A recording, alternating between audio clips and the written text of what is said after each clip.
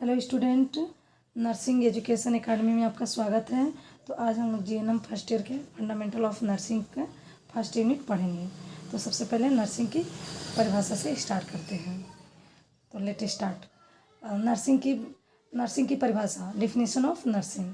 Nursing चिकित्सालय में एक विशेष स्थान रखता है, या यूँ कहें तो नर्सिंग चिकित्सा प्रणाली का एक महत्वपूर्ण हिस्सा है। बीमार लोगों की देखभाल करने की प्रक्रिया को नर्सिंग कहा जाता है। इसका डिफिनीशन हो गया, बीमार लोगों की देखभाल करने की प्रक्रिया को नर्सिंग कहा जाता है।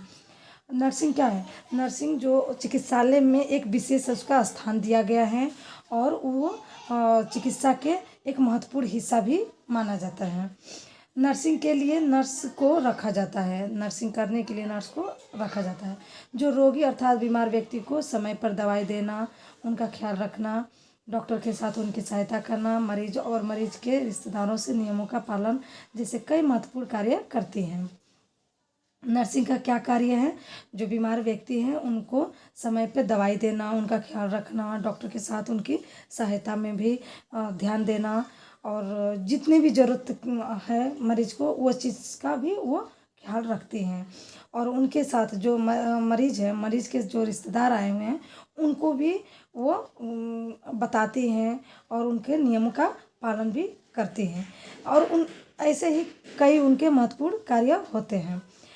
एक नर्स रोगी के सभी रिकॉर्ड को रखती है और साथ ही नियमित कर्तव्यों के साथ चिकित्सा उपकरणों का संचालन करती है। नर्स का एक महत्वपूर्ण और कार्य क्या है कि जो मरीज है उनका रिकॉर्ड तैयार रखना, तो वो रिकॉर्ड रखती हैं हमेशा। और जो हॉस्पिटल में उपकरण है, जो इंस्ट्रूमेंट है, तो वो उसका भी ध्यान देती है, उसका संचालन करती हैं, उसका देखभाल करती हैं। तो ये था नर्सिंग की परिभाषा। अब नर्सिंग का इतिहास, हिस्ट्री ऑफ नर्सिंग। तो स्टूडेंट आप लोग जानते हैं कि फर्स्ट नर्स जो थी तो फ्लोरेंस नाइटिंगेल थी। तो फ्लोरेंस नाइटिंगेल का जन्म 12 मई 1820 ईस्वी में हुआ था। और इनका जन्म एक उच्च ब्रिटिश परिवार में हुआ था। जो उच्च क्लास के ब्रिटिश परिवार था उसमें उनका जन्म हुआ था। 1869 में उन्हें महारानी विक्टोरिया ने रॉयल रेड क्रॉस से सम्मानित किया था। 1869 में उन्हें जो वहाँ की महारानी विक्टोरिया थी उन्होंने रॉयल रेड क्रॉस से सम्मानित की थी। फ्लोरेंस नाइटिंगेल को the lady with the lamp भी कहा जाता है। जो नर्स थी जो फ्लोरेंस नाइटिंगेल थी तो उनको हम लोग the lady with the lamp भी कहा जाता है। 1854 में वो 31 ईयर की हो गई थी। उस टाइम वो अपना ट्रेनिंग स्टार्ट कर दी थी। 1985 में ANA ने नर्सेज के लिए कोड ऑफ एथिक का प्रकाशन किया। ANA का मतलब है अमेरिकन नर्स एसोसिएशन। उन्होंने कोड ऑफ एथिक्स का प्रकाशन या जागरूकता कर दिया। 1860 में नाइटिंगेल ने लंदन में सेंट थॉमस अस्पताल की स्थापना कर प्रोफेशनल नर्सिंग की नींव रखी थी।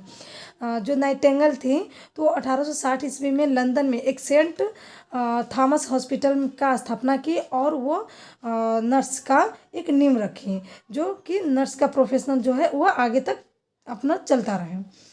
और 13 अगस्त 1910 में उनका मृत्यु हो गया था। उस टाइम उनका उम्र था 90 साल। वो 90 साल की थी।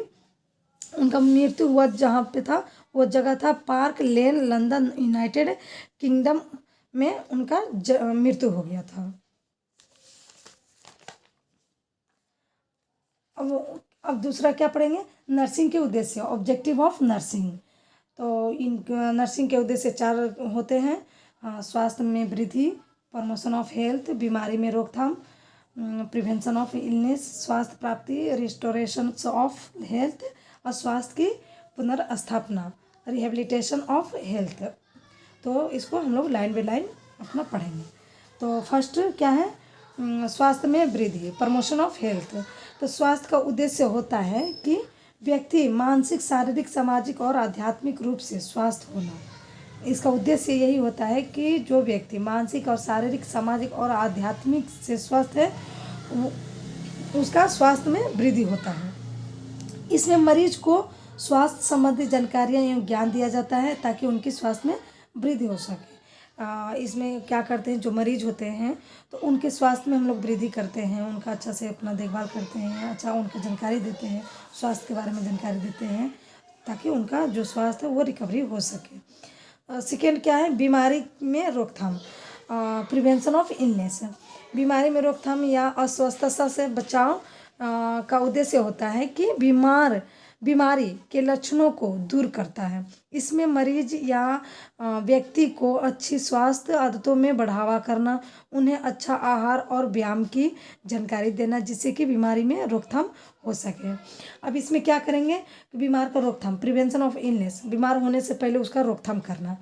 तो इसमें हम क्या करेंगे कि मरीज को या कोई व्यक्ति है उसको हम अच्छी आदतें के बारे में बताएंगे कि आप अच्छा से खाना खाइए, अच्छे पोषण लीजिए और अच्छे से भरपूर नींद लीजिए, दिन भर में अच्छा क्वांटिटी में पानी पीजिए और एक्सरसाइज कीजिए, व्यायाम कीजिए और टाइम से अपना सोना है और टाइम से जगना है। ये क्या है, एक स्वस्थ होने का एक अच्छा ये लक्षण है ताकि हम लोग स्वस्थ रह सके, बीमार ना पड़े।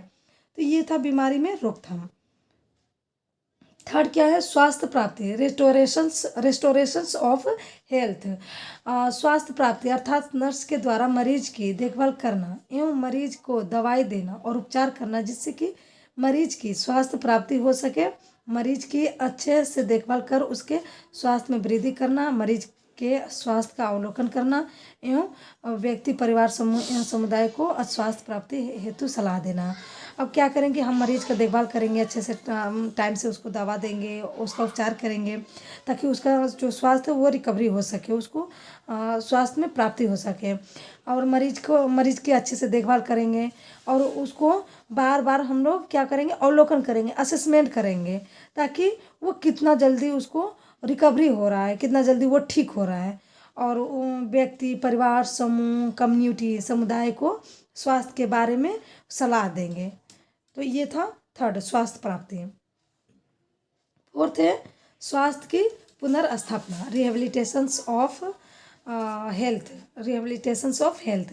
स्वास्थ्य की पुनर्स्थापना का मतलब है कि मरीज की सर्वोच्च क्षमताओं को विकसित करना, मतलब कि उनको जो क्षमता है उसको बढ़ावा देना ताकि वह शारीरिक मानसिक सामाजिक एवं व्यावसायिक रूप से एक सामान्य जीवन जी सके।